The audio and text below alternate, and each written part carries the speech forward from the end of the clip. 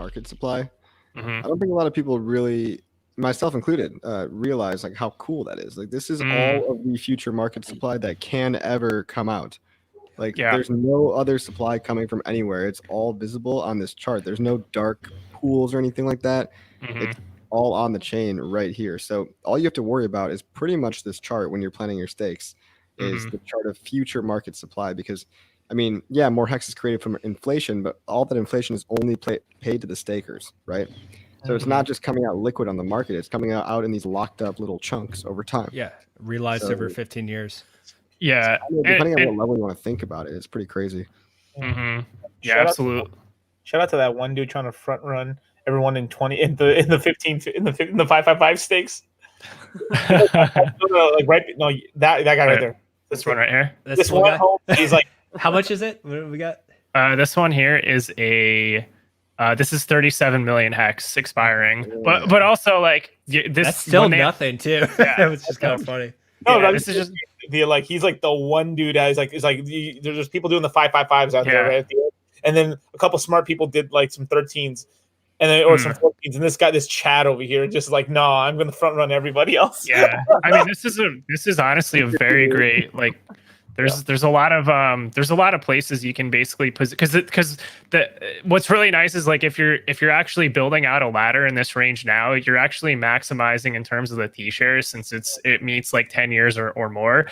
And there's always this like kind of psychology where somebody sees like a huge stake coming out and it's like, well, like, are they going to sell their entire bag? Which like, nope, like every, like I would say rational, investors or just whoever wants to preserve wealth over time, it's never a good idea to just liquidate like all your holdings in one blast. Like that's where you put yourself at risk of getting left behind in the market, because you can liquidate, let's say, your entire stake, and then you're at risk of basically the market ascending to higher levels without you, which often like that is what happens like after.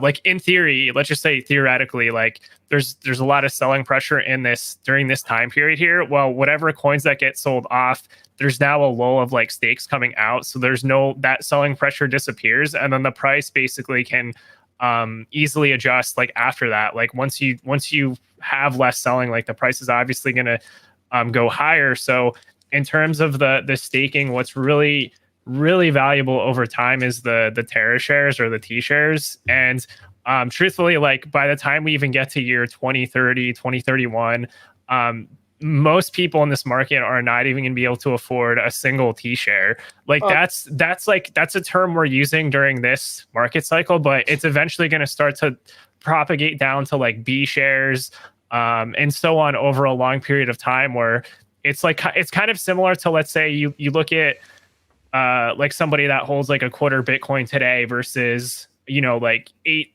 years ago, that the same amount of like economic mass would have bought them way more coins at the time. So they would have a much higher rank within that network. So the same thing is going to apply to HEX. And what makes it more interesting is the fact that you have basically T shares, and there's basically an incentive amongst the bigger players to preserve their wealth over time versus other whales. Whereas in Bitcoin, you don't have that same game theory. Like everybody can just hold their coins, but then they're getting inflated away over time with like miners selling. Whereas in HEX, like you don't have to worry about that, and you can actually wisely basically still preserve your T shares without basically substantially losing like your entire bag. And it's going to be pretty crazy just how much money some of these stakes can be worth, 15 years from now. It's going to be pretty wild.